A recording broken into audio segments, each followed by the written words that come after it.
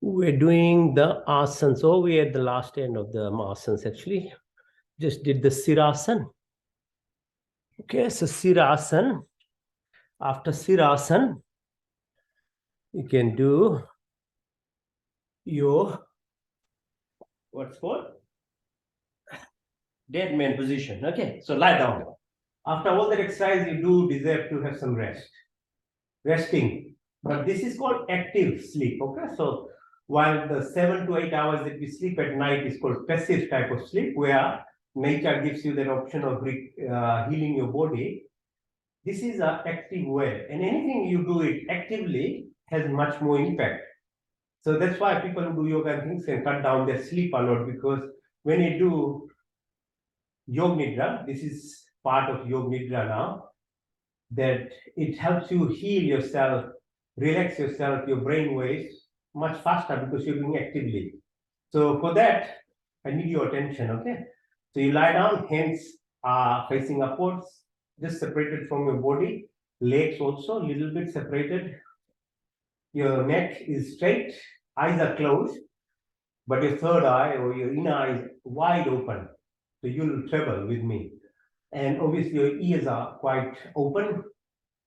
Slowly all your senses become much more, the perceptive power increases. Do you realize, yeah, we use only 10% of the perceptive power of all our senses. So as you practice these things, your perception increases in itself. So interoception, intuition power, subconscious activation, that happens in the sleep passively, but requires a lot of hours, and people have poor eating habits and other things. They don't sleep well, they don't heal themselves, they have a lot of sleep apnea and lots of problems happen, okay? They don't sleep. So you are actually not getting it anyway. A lot of people are having problems. But if you learn how to do this actively, through the Yoga Nidra, you breathe in through your nostrils, watch the air as it goes down your throat, in your windpipe, into your lungs. Observe with your third eye as it becomes blood, oxygen becomes blood. It ties to what's called hemoglobin, carried by blood to the heart. Then heart pushes this to about 50 trillion cells in your body within microseconds. Just thought of that is healing. Because everything that we have either created physically or everything that we express in life comes through thought, if you think seriously. Architect has to make the huge structure, say, for example, the Westmead Hospital, the buildings that are being made, huge cranes are standing there.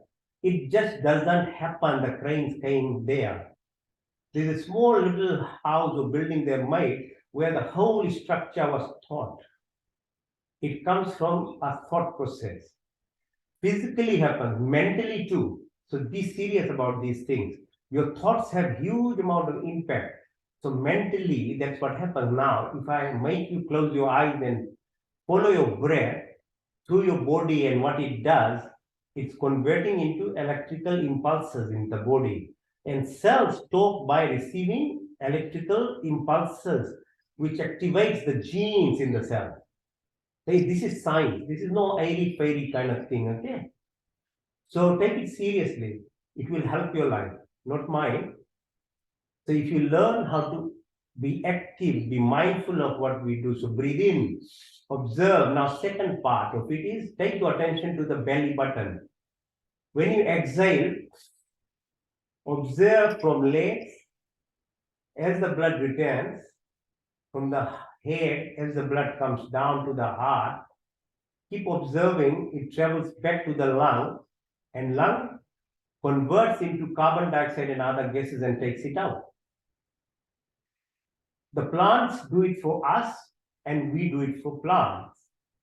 This whole cycle of living in symbiosis with your nature starts with the breath itself. The rest of your living is completely in resonance with everything around you. You might not realize it. That's the only problem. But if you understand breath, at least it gives you some understanding of how we live together with every single creature. Breathe again. Now this time, As you breathe out, take your attention to the belly button. Hold it there for a while. What is a belly button? Jఠragni, okay? Metabolic capacity of this body. What does it reflect? The sun. Without sun, there is, at least our universe doesn't exist. With your Jఠragni, you become cold. You are dead. So that prana, it's called saman. Saman drives the metabolic processes in your body. So you are to control your weight. Just don't have to overthink about calories. Gym, they are good, but think about your body as well. Because your thought will obstruct everything else that you do. And a lot of people become really desperate. They try hundreds and sorts of diets and things, still can't control. Either they have too little weight or they're too much. So it's called saman, okay, prana. Roop, rang, roshni gives you brightness of life. That space where the air comes from is infinite. Your body also, although it looks like solid, it has 99% space. Atoms occupy only 1%. The space that is there, so it's Brahman reflected in yourself. So if you watch that, you watch inside. Breathe again. Deep breath. Take the journey as we did to the third. Now the fourth one, bring your attention to the heart. Stop there as you breathe out. Heart has 4 chambers. It pushes blood out. Within microseconds again, there's 5 liters of blood, plasma, which gets circulated through your body. What does it reflect? It's called Udan Pran, Udan. It is reflecting of the fluidity of the body. Somras, okay, is CSF. That's why the other thing we do asanas is flexibility exercise. It moves your somras or your CSF from your brain right to your tailbone every 12 hours. It washes your brain cells. And when you don't wash your brain cells, as you can understand, that the toxins will accumulate. And as you grow older, like all your habits of eating wrong food, no exercise, talking bad about people, everything else is cumulative in damaging your body, your brain cells also go away because it's not being washed. Sobras. Lung is surrounded by similar fluid. Heart, all your liver, all your organs, a baby grows into fluid. It's amniotic fluid. So it's Shitalta Udan Prana is called. It gives you comfort of life. It gives you fluidity. Express gratitude. Make sure you know how to drink a lot of water, not juices. Okay? If you have to eat fruit, eat fruit. Don't have to make it juices. You have to drink water, just drink water. Water is the best drink. Breathe again. Deep breath. Follow it. 1. So we went through prana, pan, saman, udan. Now the last prana is called dhyan. Come right up to your throat area, your nose, your forehead, top of the head, go up. Dhyan represents this physical body with its 205 bones, your tendon, muscles, your electrical system, your chemical combustion system, your biological function, your physiology, but more than that, your astral body, the subtle body. It gives you this mind power, where you can visualize and imagine, and without visualization and imagination, nothing happens in life. You might not know. Whatever you achieve today, at some point in your growing up life, you were visualizing it, but you don't realize now. But when you become older, after 35 years age, we don't have the capability and capacity to visualize, and we don't know how to do things in life. But what we achieved early on in life was, we went to the school system because that's how we were taught. And that system, our visualization and imagination was what brought us to where you are. And then suddenly we stop after 30 years because we don't have any other way. Nobody teaches us. But yoga, that's what it does. It teaches you this depth of what and who you are. So that Hindu religion is not a set of ritual practice. It is actually what makes you a better human being and fulfills the purpose of your life. It's beyond simplistic things, which is very good for your entertainment, all those utsavs and other stuff, parvas. They are breaks in your life. But there's serious meaning to it. Okay, so keep breathing. There are 5 uprans called so pran, after pran, Udan, Saman, Dhyan, there is what's called Nag, Kurma, Karikal, Devdat, Dhananjay. So they deal with your peristalsis, the birth process, hiccups, eyelid movement, other subtle functions which slowly Western medicine still might learn, but it's not there, it's in yoga. It teaches you about this. Ina. So we went from physical body, now we're going to the subtle body or the mental component, which is actually 99% is subconscious that all happens. Your awareness of that makes you very powerful, and getting that awareness is very hard. Okay, because we are addicted to the senses. So breathe again. The second major part of our living life, of whatever we become as we grow older, is by what we eat and drink.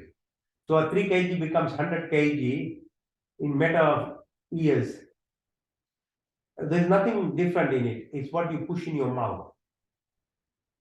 So pushing things in your mouth is a responsibility of a human because you have the freedom to be born as a human. Other animals and plants, a plant in a same amount of soil, it might die, but if it doesn't get the right nutrients it can extract from the earth, it won't do it. It will kill itself.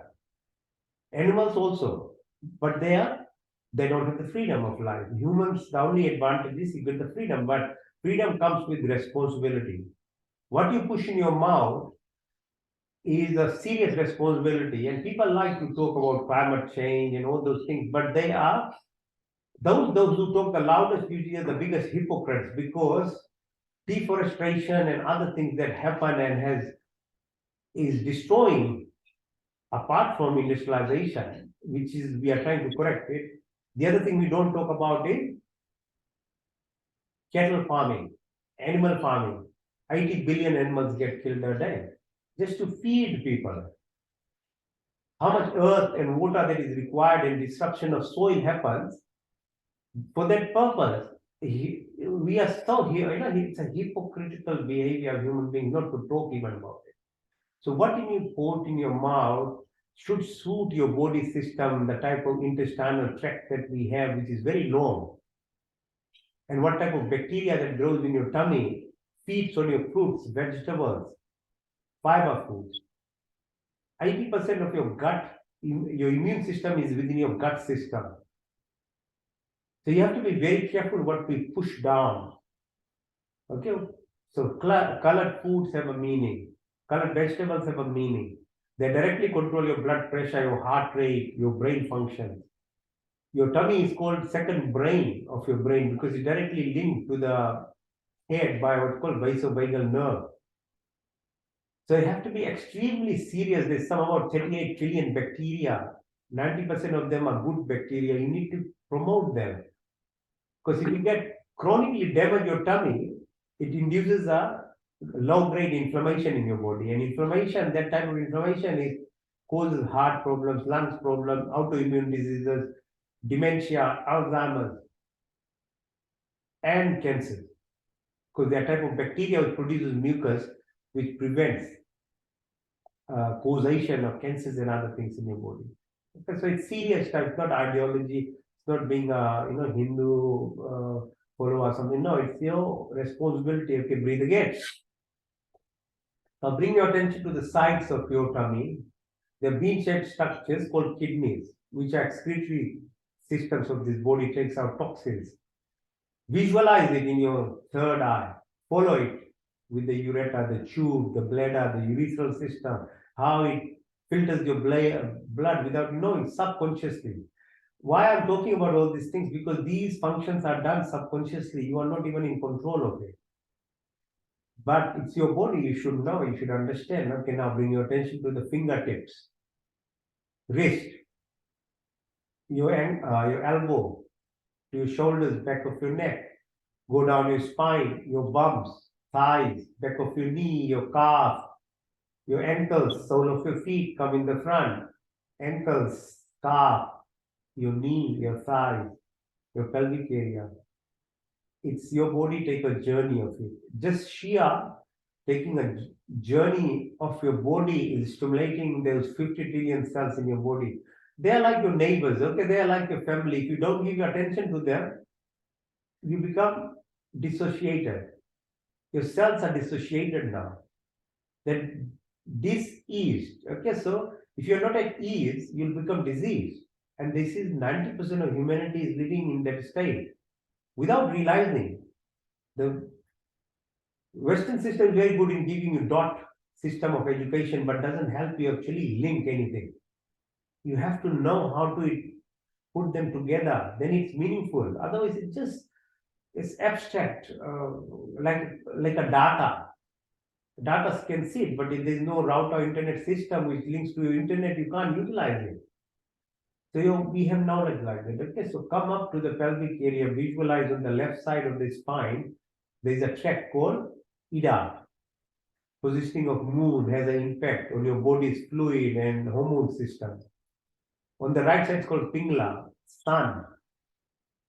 The earth as it orbits, it's called circadian rhythm. It has a direct impact on your physiology. It's called master endocrine organ. Pituitary gland, posterior pituitary, secretes hormones like called vasopressin and stuff. It dilates your blood vessels. Imagine dilating your lung blood vessels, how much oxygen it can take. When you do to your other parts of the body, you understand what happens to your body when you dilate blood vessels. Imagine doing it to your brain. So that's what happens when you are in control of your body. Your pineal gland, endorphin, serotonin, dopamine, oxytocin, these are your good feeling hormones. If you know how to stimulate your pharmacy of your body, you wouldn't go for drugs, alcohol, smoke, different types of masala-based foods and this to make you feel happy. Because not that there's nothing inside you, you just don't know how you can tap inside yourself to express this goodness that is already there. So the mafia, the pharmaceutical mafia of the world is controlling everyone now. Because we need those things. It's our natural affinity to have those good feeling things inside us. But if you don't know how to produce them, people deliberately will stop you doing it because of corporate greed and things, and that's how pharma works. You depended on everything as a tablet, but that's synthetic, it's not natural even. But that's the second best thing you get, or third, fourth best thing that you get anywhere. So your thyroid, your parathyroid, your immune system, your bone marrow called mada, asti, the stem cells, healing cells in your body, 25% of each of those cells are in the body. We don't know how to tap into it. So your adrenals are always busted. Fight, flight, you're in a survival mode. As soon as you go in survival mode, your median structures of the bodies are only functional. So 70% of your immune system goes. 70% of your good feeling hormones go. That is all gone. You are now in survival mode. And if we live in survival mode 16 out of 24 hours a day, imagine what will happen to your body in 50, 20 years. So when you reach 40, 50, what has happened to you? It's just what you are doing. There's nobody else doing anything to you. So your responsibility is on a person to be aware. Knowledge is very important. Then applying that knowledge to live your life rather than falling blindly like a herd. If you keep doing it, there's people there who are going to make money out of you. And that's the currency of the world today. Okay, so your adrenal glands, how do you balance it? It's called vasovagal tone stimulation. So vagus nerve runs from your brain to your face, to your lungs, to your heart, to your tummy, entire body. If you know how to stimulate it, which yoga does, and you can go to a natural environment where there is sea, there is rainforest, beautiful cold water, shower, other things that can stimulate also. But yogic practice, that's what it does, ultimately stimulates these things. So you have your face is always alive, your heart rate is controlled, your blood pressure is controlled, the juices of spleen, pancreas, gallbladder, liver, all these things are happening nicely. That's what it does. Breathe deeply. And now see with your eyes, your own two eyes. Because eye is an object. The seeing is back of your brain. So the photos that will come through your eyes are physical component, but the interpretation is actually at a mind level, at an energy level that happens. Same thing with your ears, same thing with your nostrils, same thing with your tongue. And the actions that we do, either reproductive function, excretory functions, the talking, the hand movement, the leg movement, these are antennas to the body. That's what brings whatever information goes in, whatever you feed in becomes your mind. Your brain is the object. Your mind is the expression of that brain. What is input through the senses is what actually becomes the language to your cells of your body. So it is you who will actually either make your genes amplify in a good manner or in a bad manner. Breathe again. Now bring your attention to the tailbone, right to the end. Follow it up. Muladhara, Swadhisthana, Manipur, Anahat, Vishuddhi, Trikuti or Ajna, Sahasra, right to the top of your head. So from physical to mental, the astral component now to feel the universe that you live in, and that's why you become a human to experience the creation of the Creator, which is far, far, far bigger than Earth itself. So you have the knowledge, you need to have the knowledge to how to feel it. So it's you can have this outer body experience. Now watch yourself lying down. Keep going up to the International Space Station. You can visualize the Earth spins and twists as well. So 6 seasons, 365 days it takes, about 22,000 kilometers per hour it travels. Or Jupiter does in 12 hours. That's why we have Mahakumbh Mela. So people, our ancient people, they knew what they were talking about. Okay, so Jupiter holds the gravity, holds the asteroid. Shukal Paks, Christian Paks, the position of moon, Ekadasi, the fasting thing, that's the other fab of the world now. So we were told to fast twice a month. But how many of us do? Now we won't do it because it comes from our parents, we wouldn't listen. But now it's come to the Western media, intermittent fasting, do it. You might like to do it now, so do it anyway. Intermittent fasting it's called, or tapping as I was saying, or breathing exercise, or yoga. When it comes this way, take it, yes, take it anyway. Or the position of your sun, the distance of sun to the moon, to earth. They're all expressed or written thousands of years before Galileo or any of these telescopes came. Okay, try and read, try and understand the depth of your civilization. The Milky Way, Akash Ganga, 100 galaxies, or 100 million galaxies, 100 million stars, this universe or metaverse or Andromeda, huge planetary. You know the Damru system, the ship Damru system, the how it works. This is the modern now explanation of the creation itself. It expands, it contracts, it expands and contracts, keeps growing. It's like I was explaining the pyramidal system of your body in the beginning. It's the same thing. From the top comes downwards, from the down comes up. Your body is like that, from the head to your base of your spine.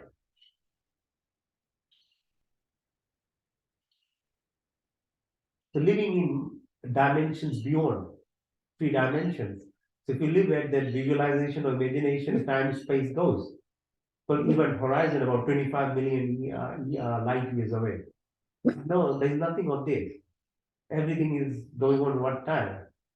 particles are energy, mass is energy, there is gravity. And if you keep going like further, 15 million light years, it's called cosmic horizon, end of this, whatever visualization this we can do. Rig Ved, it explains this, what's called the Sadhya Sukh in Rig Ved, explains there is nothing, everything comes from nothing. So that's why it's important to know, to tap into the abundance, you have to become nothing. You have to relate yourself at the level of almost nothingness. With all electromagnetic frequencies, as Tesla used to describe, that's the frequency of the universe, and that's the frequency of every creation, creation as well. We can't just feel it. It's everywhere in plants, animals, or organic stuff as well. There's energy inside it. So that's the deepest aspect of yoga. So I'll leave it for you to just be aware of it.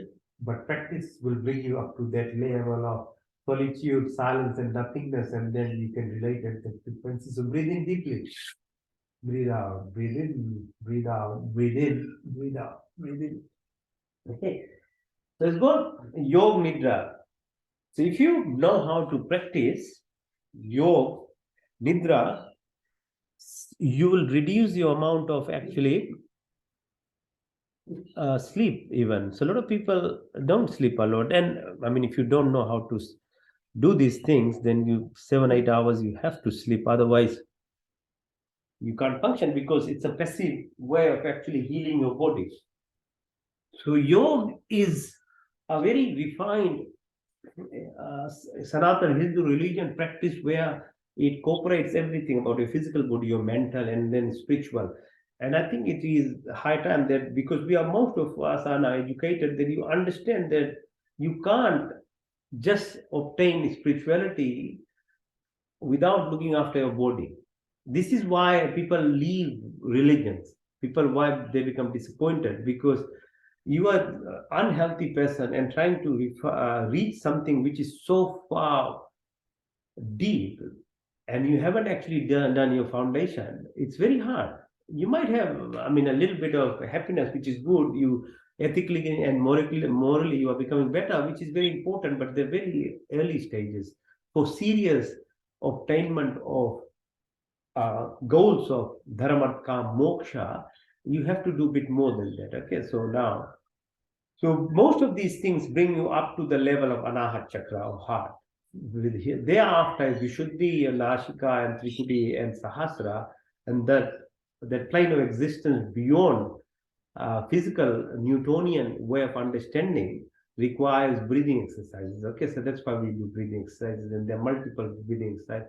We can't do all, I do few of them so that you learn to practice, and they in themselves I think will be enough. I keep practicing, but not that I know everything, but no, whatever I know I share. But okay, so start with Bhastika. So sitting erect, straight, back spine.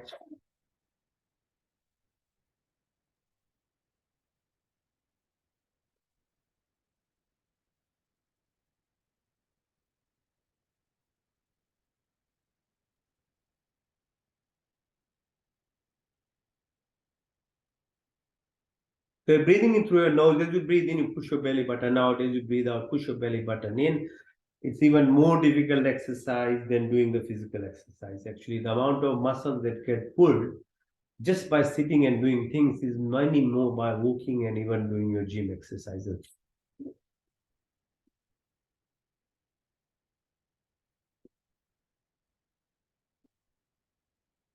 At the physical plane, that's what happens, but it's much more helpful because it is actually stimulating a subtle component of your brain, which is your nadi system, and nadi systems are linked to your belly button. Okay, so your manipur sits there.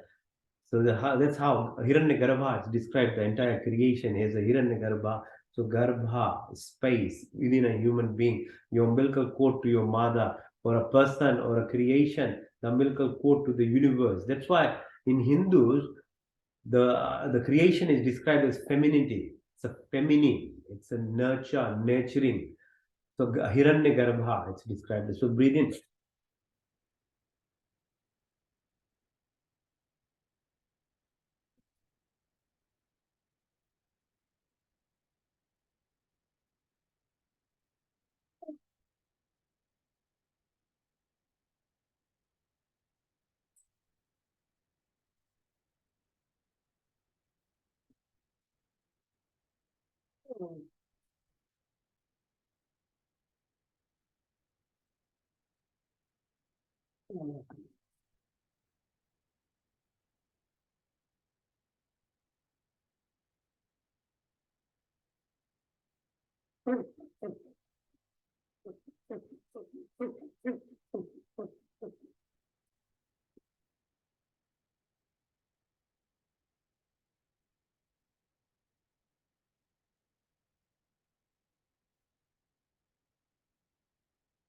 Okay, same thing again. You'll get cut in 10 minutes. Okay, rejoin for the rest of it. Okay, how do you feel? It's even more exercising than doing any other thing. Okay, so people who start just recently will feel you get pain all around your back, your chest. It's only because it's pulling your muscles, and a lot of these muscles don't get exercised by usual walking and things. Okay, so that's called Bhastika Pranayam. Now we do Agnisar, Agni, Jagriti. Okay, so your metabolic power inside your body. You breathe in, breathe out all. As you breathe out, hold the breath. When you hold it, then push your belly button out and in without breathing this time. Okay, so hold it. So it helps you learn how to hold your breath for long times. Like Swami Dayanand, when people tried to, especially when he was one of the initiators of the revolution to get independence of India. So Bhagat Singh, Chandrasekhar Azad, and all these people were his pupils. So he used to get chased, and then he'd go in water and be within water for half an hour, hours. He could hold his breath. It was a yogic practice that he used to do. So very deep level of yoga he used to do. Okay, so breathe in and breathe out. Hold your breath and push your belly button out in.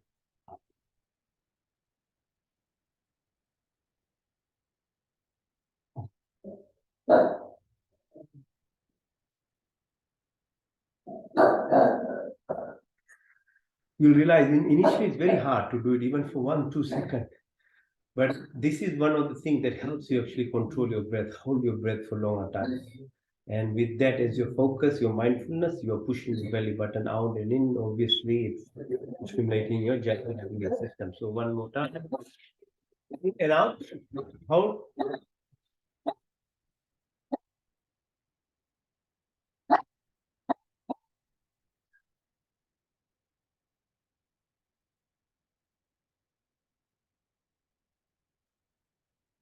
Breathe in.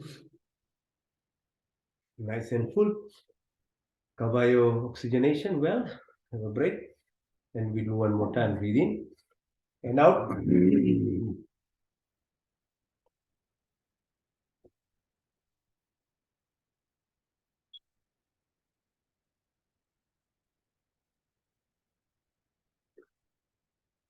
See, people like Elon Musk, Steve Jobs, Zuckerberg, those who have done the huge amount of actually advancement recent in last 10, 20 years, they all do these practices. They don't come out publicly because it actually is not acceptable in mainstream. But the focus of mind, the drive, and the visualization and imaginative capacity is brought by exercises. There's obviously people are born because of your karmic cycle at a physical level. You are advantaged because your past life karmas bring you to that level. But a lot of it still requires practices, and all of these people do. The whole 100 Fortune Club of Silicon Valley actually runs these programs, and it's called a secret society even. So a lot of money thing is not by a random chance that people are rich and they remain rich. They control the market because spirituality is different thing. But if you want to materially gain, a lot of Hindu practices are there. And I share this thing because I want our people to know these things. Because we are so far, our pandits are just at the end of moksha level only talking, they forget the whole material life is there, which can be helped by practices, that Hindu practices are there. So a lot of people are utilizing it. It's our people who are actually lacking, and I sometimes feel sad that They don't know. You can increase your intellect. There are lots of practices that I shared, even basic things. But if you go deeper, this is like deeper mind control, visualization, imagination, and that is the language of every creative power, imaginative capacity, and visualization. Nothing happens. Not even one house is built without those kind of capabilities. So tapping into is one of the biggest things that breathing exercises brings into you, because your intuitive power increases. Your capacity to actually extrapolate your thought into electrical energy, and the drive that brings in to you in forms of energy to do things, is just part of the benefit that comes from deeply praying. Okay. So that's called Agnisar. Now we'll do what's called Ujjayi Pranayama. So breathing through the throat.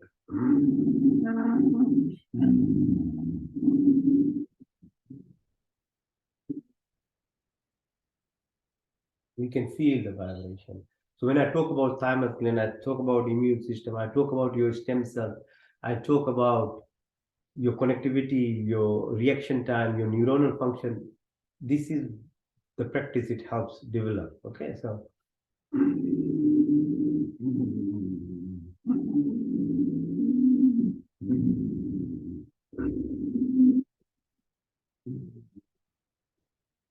at least this breathing exercise gives you the vibrations anyway.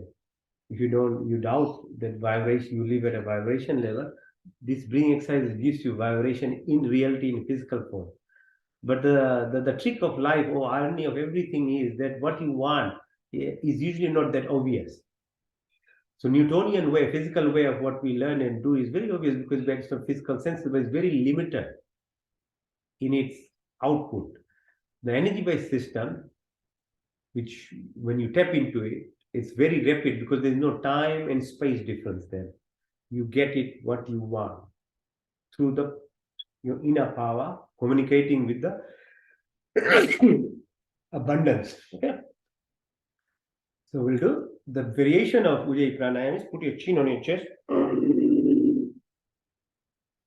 lift up, close your right nostril and breathe out to the left.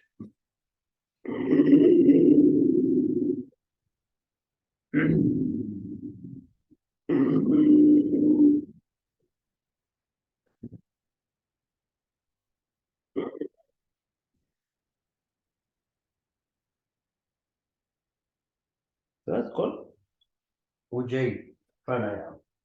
Very powerful, okay? Yeah, these are not difficult actually. But there are stages to it. So the first is like physical thing, learn how the method. Then we incorporate mantras in it. Mantras, all Sanskrit mantras are vibratory energy. So just listening to Sanskrit mantras in itself is very helpful, okay? But if you know meaning, you multiply the benefit. So the higher level of these things then incorporate mantras into it to then excel. So if you want to transcend beyond the limitations of time and space, then you add in mantras, which are directly related to your connection to the universe. So you talk in that language. If you want to gain something, you have to come to that level of talking, even simple business. If a salesman is very smart, they learn this language of actually every Sunday morning they stand outside near a car yard and talk in a language that attracts people. You have to be that level. If you want to sell a car, you talk in that level.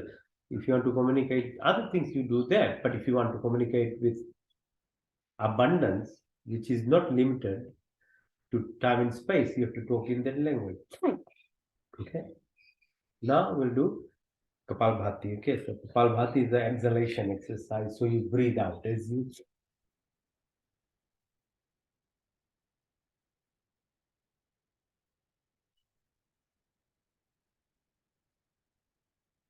So you press your belly button inside, like towards your spine.